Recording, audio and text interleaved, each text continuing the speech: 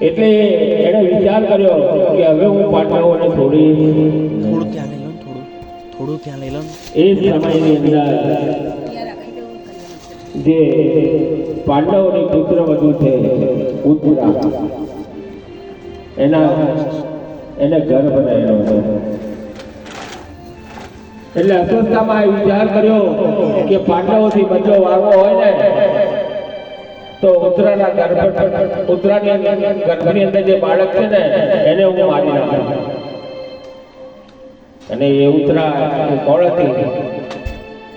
અર્જુનનો પુત્ર જે અભિમન્યુ હતો એની પત્ની. અભિમન્યુ 7 કોઠાના યુદ્ધ જીતવા માટે તૈયાર સક્ષમ હતો. 6 કોઠાનો યુદ્ધ અભિમન્યુ જીતી ગયો હતો અને 7મો કોઠો જ્યાં જીતવા જાય છે એ સમયે ભગવાન કૃષ્ણને ખબર પડી કે જો આ અભિમન્યુ 7મો કોઠો જીતી જશે ને તો મારા અર્જુનની ઉપર વિશેષ થઈ જશે. એ સમયે કુંતા માતાએ રક્ષા બાંધી હતી અભિમન્યુને કે આ જે જીતી રહ્યો છે ને એ કુંતાના આશીર્વાદ છે અને જે રક્ષા બાંધેલી છે એના હિસાબે એ જીતી રહ્યો છે. એ સમયે ભગવાન કૃષ્ણ ઉંદરનું રૂપ ધારણ કરી અને રક્ષાને કાપી કાઢી અને 7મા કોઠામાં અભિમન્યુ હારી જાય. એની જ પત્ની આ ઉત્તરા છે એના ગર્ભની અંદર આજે અસ્વસ્થતામાં બ્રહ્માસ્ત્ર છોડ્યું છે. બ્રહ્માસ્ત્ર છોડ્યું એટલે એના ઉદરની અંદર બળતરા થવા લાગી. બળતરા થવા લાગી એટલે રહી ના શકી. એ જ સમયે એણે ભગવાન કૃષ્ણને યાદ કર્યા છે. એટલે કીધું છે કે જ્યારે પણ કોઈ પણ તકલીફ આવે તમે જે ઈષ્ટદેવને પૂછતા હો એને જરૂર યાદ કરજો. કઈ ને કઈ રક્ષા કરવા આવશે. આજે ઉત્તરાના ગર્ભની અંદર ભગવાન ઉત્તરાએ કૃષ્ણ ભગવાનને યાદ કર્યા. એ જ સમયે કૃષ્ણ ભગવાનને ધ્યાનમગ્ન થઈ જોયું તો ખબર પડી કે અસ્વસ્થતામાં બ્રહ્માસ્ત્ર છોડ્યું છે અને આ ઉત્તરાના ગર્ભનો નાશ કરવા માંગે છે. એ જ સમયે ભગવાન કૃષ્ણએ પોતાનું સુદર્શન ચક્ર છોડ્યું છે અને ગર્ભને આખું વીંટળાઈ ગયું.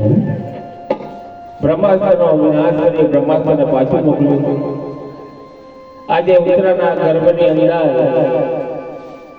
ભગવાને બાળકની રક્ષા કરી. એ છે પરીક્ષિત રાજા. ભગવાને આજે પરીક્ષિત રાજાને માતાના ઉદરમાં ચતુર્ભુજ નારાયણના દર્શન કરાયા છે. બોલ્યો ચતુર્ભુજ નારાયણ ભગવાન. આજે ચતુર્ભુજ નારાયણના દર્શન કરી જેમ જેમ દિવસ વીતવા લાગ્યા અને જ્યારે પરીક્ષિત રાજાનો જન્મ થયો 9 માસ પૂરી પૂર્ણ થતા પરીક્ષિત રાજાનો જન્મ થાય છે. જેવા બહાર આવે છે તે જોવે છે બધી જગ્યાએ કે મેં જે ઉદરની અંદર જે ભગવાનના દર્શન કર્યા હતા એ ભગવાન છે કે એટલે ભગવાનની પ્રતીક્ષા કરતો હતો કે ક્યાંય મને દેખાય ક્યાંય દેખાય. એટલે એનું નામ પડ્યું છે પરીક્ષિત રાજા. ધીરે ધીરે પરીક્ષિત રાજા મોટા થતા ગયા છે. આ બાજુ ભગવાન કૃષ્ણ બધી લીલા સમેટી અને દ્વારિકા જવા ગયા. દ્વારિકા ગયા એટલે પાંડવો એકલા રહી ગયા. એક દિવસ યુધિષ્ઠિર બેઠા હતા. યુધિષ્ઠિરને થયું કે હવે લાગે છે કળિયુગ આવવાનું. પણ દ્વારકા જ્યારે ભગવાન ગયા ને ત્યારે અર્જુન જોડે ગયો.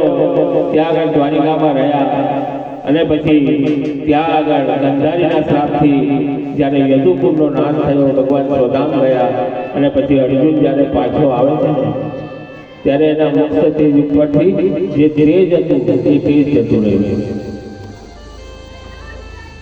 એટલે જેવો અર્જુન પાછો આવ્યો એટલે યુધિષ્ઠિર પૂછે છે કે હે અર્જુન શું થયું? તારા મુખ ઉપરથી તેજ કેમ જતું રહ્યું છે? કેમ તારા મુખ ઉપર તેજ દેખાતું નથી? શું ચિંતામાં છે તું? એ સમયે અર્જુન કહે છે કે હે મોટા ભાઈ, આજ સુધી મને એમ હતું કે જે મેં મત્સ્યથી દંડ કર્યું ને એ મારે શક્તિથી મેં કર્યું આકાશમાં. આજે મેં કૌરવોની સામે યુદ્ધ જીત્યું ને એ મારી શક્તિથી જીત્યું હતું, હું એવું સમજતો હતો. પણ આજે જ્યારે હું દ્વારિકાથી પાછો આવ્યો ને તો મને કાબાઓએ લૂંટી લીધો. મારું તેજ જતું રહ્યું. ત્યારે મને ખબર પડી કે મારી જોડે જે શક્તિ હતી, મારી જોડે જે તેજ હતું એ ભગવાન કૃષ્ણનું જ હતું. આજે હું લૂંટાઈ ગયો, કાબાઓએ મને લૂંટી લીધું, મારી શક્તિ છીન થઈ ગઈ છે. એ સમયે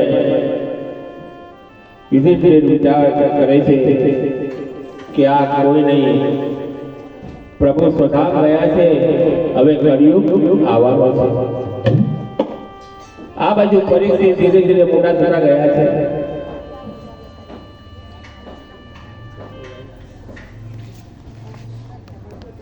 પરીક્ષિત ધીરે ધીરે મોટા થતા ગયા. અહીંથી બધા ધીરે ધીરે જવા લાગ્યા.